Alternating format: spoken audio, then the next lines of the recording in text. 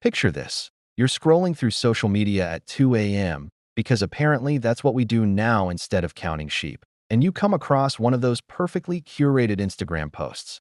You know the ones: gorgeous house, beautiful family, exotic vacation photos, inspirational quotes about gratitude, and living your best life. The person posting seems to have it all figured out. They're sitting pretty on their metaphorical wall, looking down at the rest of us scrambling around in the dirt below. Then, 3 months later, you see the announcement. Divorce, bankruptcy, mental breakdown, addiction. The whole perfect life came crashing down so fast it made your head spin. And suddenly you're watching in real time as all the king's horses and all the king's men, therapists, lawyers, family members, well-meaning friends, scramble around trying to put this person back together again. That's Humpty Dumpty in a nutshell. Literally. The first time this particular nursery rhyme hit me in the gut, I was going through my own version of a great fall. I'd been the poster child for having my shit together. Great job, perfect relationship, Instagram-worthy apartment, the works. I was so far up on my wall that I needed oxygen masks to breathe the thin air of my own superiority. Then life happened.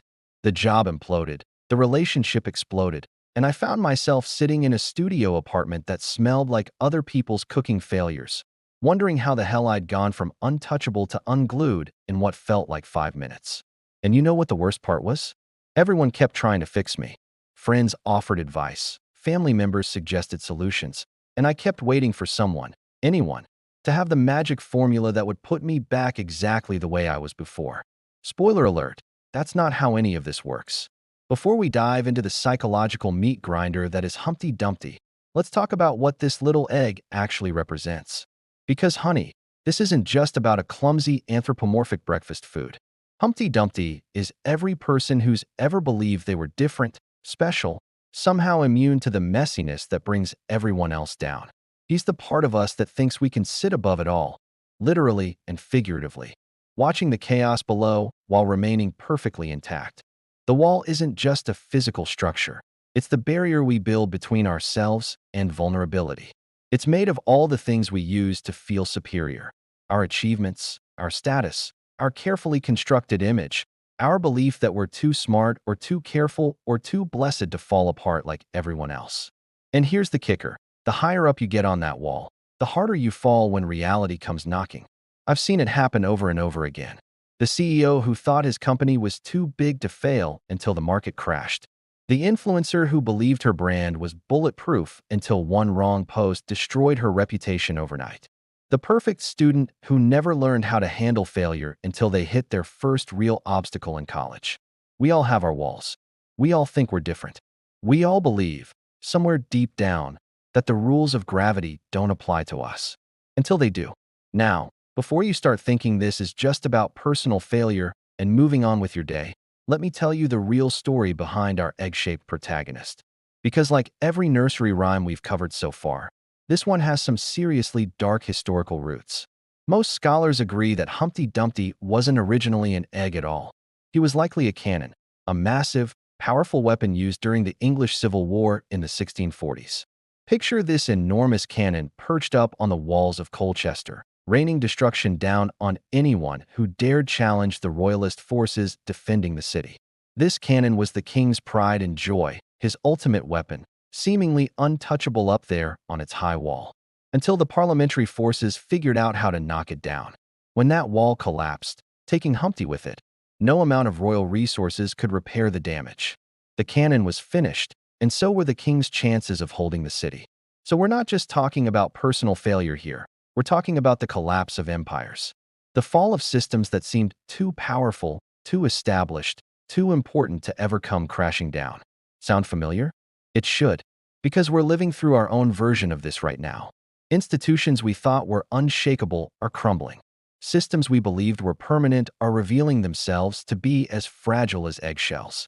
The walls that used to protect us are developing cracks, and we're all wondering who's going to put everything back together again. All right, let's get down to the shadow work nitty-gritty, because this rhyme is absolutely loaded with psychological material that most of us would rather ignore. First up, that wall Humpty sits on represents our superiority complex, the part of us that believes we're above the struggles that bring other people down. This isn't necessarily about thinking you're better than everyone else, though it can be. It's more subtle than that. Maybe you pride yourself on never being the drama queen in your friend group, looking down on people who create their own problems. Maybe you judge people who struggle with addiction, thinking you'd never be weak enough to fall into that trap. Maybe you secretly feel superior to people who can't seem to get their lives together because you've got your shit figured out. Here's what I learned the hard way. The higher you climb on your wall of supposed superiority, the more material you're giving your shadow to work with. Because deep down, you know you're not actually different from everyone else. You know you're just as fragile, just as capable of falling apart, just as human as the people you're judging from your perch. And that knowledge terrifies you. So you climb higher, judge harder, and convince yourself that if you just stay up there long enough, maybe the laws of physics will forget to apply to you. Here's the shadow element that really gets people squirming. The fear that if we fall, we'll never be able to put ourselves back together again. That we'll be permanently damaged, fundamentally changed, forever marked by our failure. This fear keeps us clinging to our walls long after they've started cracking. We'd rather live in the precarious anxiety of staying up there than risk the fall. Because at least when we're on the wall, we can still pretend we're whole. I see this everywhere. In people who stay in soul-crushing jobs because they're terrified of the instability that comes with change. In relationships where both people are miserable, but no one wants to be the one who breaks everything. In perfectionists who exhaust themselves maintaining impossible standards because they can't imagine surviving the humiliation of being seen as flawed. The shadow knows that falling is inevitable. The shadow knows that staying on the wall is just delayed destruction. But the ego would rather die up there than live down here with the rest of us broken people. And then there's this beautiful, twisted piece of the puzzle. Our secret fantasy that when we do fall, someone else will swoop in and fix us. All the king's horses and all the king's men will drop everything to focus on our reconstruction project. There's something almost narcissistic about this fantasy. We imagine ourselves as so important, so valuable, that the entire kingdom will mobilize to put us back together. We'll be the center of attention, the recipient of all that care and concern, the special project that everyone rallies around. But here's the shadow truth hiding underneath that fantasy. We're also terrified that no one will try to fix us at all, that we'll fall and everyone will just step over our broken pieces and keep walking, that we're not actually as important as we pretended to be when we were sitting pretty on our wall. Both fears are true, by the way. Sometimes people do try to fix us, and it doesn't work because that's not how healing happens. Sometimes people don't try at all because they're dealing with their own broken pieces. Either way, we end up learning the same hard lesson. No one else can put us back together again. Let me tell you something that took me years to understand. When Humpty fell off that wall, it wasn't actually a tragedy. It was liberation. I know. That sounds like some toxic positivity bullshit. And I promise you that's not where I'm going with this. Falling apart is genuinely awful. It hurts like hell, it's disorienting and terrifying, and there are no participation trophies for surviving your own destruction. But here's what I discovered in my own post-wall existence. The person I was before the fall wasn't actually as solid as I thought. That perfect, composed, got it all figured out version of myself? He was held together with anxiety, control, and the exhausting effort of maintaining an image that was slowly killing me from the inside. When everything came crashing down, yes, I broke. But I broke open, not just apart. And in that breaking open, I found parts of myself I'd been ignoring, suppressing, or simply didn't know existed. When we have our Humpty Dumpty moment, what breaks isn't our true self. It's all the false constructions we've built to avoid being our true self. The image breaks. The story we tell ourselves about who we are and how life works breaks. The carefully constructed persona that we present to the world breaks. The illusion of control breaks. The belief that we can avoid suffering by being good enough, smart enough, careful enough, that breaks too. And thank God for that. Because living inside all those false constructions is like wearing a suit of armor that's 3 sizes too small. You might look impressive from the outside, but you can barely breathe, let alone move freely. Here's where the nursery rhyme gets it exactly right. All the king's horses and all the king's men couldn't put Humpty together again. Not because they weren't trying hard enough, but because once you've fallen off your wall of false superiority, you can't unknow what you learned in the fall. You can't go back to believing you're immune to suffering. You can't unknow your own fragility. You can't climb back up on that wall and pretend you're different from everyone else who's ever fallen. And that's not a bug, it's a feature. The people who try to put you back exactly the way you were are actually doing you a disservice. They're trying to reconstruct the very thing that needed to break. Trying to rebuild your walls when what you really need is to learn how to live without them. Here's what nobody tells you about the Humpty Dumpty experience. After you've been thoroughly broken and discovered that you say "ain't be put back together again," something unexpected happens. You realize you don't actually want to be put back together again. Not the way you were before. That person sitting on the wall, looking down at everyone else with a mixture of pity and superiority, that person was exhausted, anxious, isolated by their own sense of separation from the messy, beautiful, chaotic community of broken people below.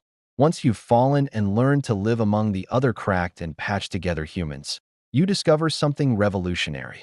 This is where the real life happens. Down here with the people who've been broken and rebuilt themselves in beautiful, unexpected ways. Down here where vulnerability is a strength, not a weakness. Down here where everyone knows that perfection is a myth and connection happens in the spaces between our broken pieces. There's a Japanese art form called Kintsugi, where broken pottery is repaired with gold lacquer. Instead of hiding the cracks, the gold highlights them, making the repaired piece more beautiful and valuable than it was when it was perfect.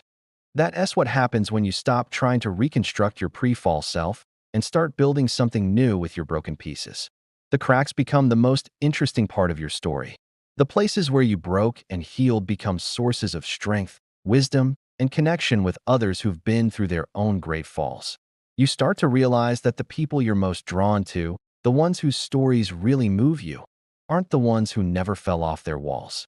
They're the ones who fell hard, stayed down for a while, and then figured out how to build something even more beautiful from the pieces. Because here's the thing about falling, it's not the end of your story. It's just the end of the chapter where you pretended to be unbreakable. The next chapter, the one where you learn to be beautifully, courageously, authentically broken and whole at the same time. That's where the real adventure begins. And unlike the original Nursery rhyme, this version doesn't end with failure. It ends with transformation. It ends with the radical recognition that sometimes the best thing that can happen to us is to fall apart completely, so we can rebuild ourselves as someone who no longer needs to sit above the fray. Someone who can live right here in the mess with the rest of us, golden cracks and all. Rockabye ego, your wall's coming down. The fall that you fear is your golden crown.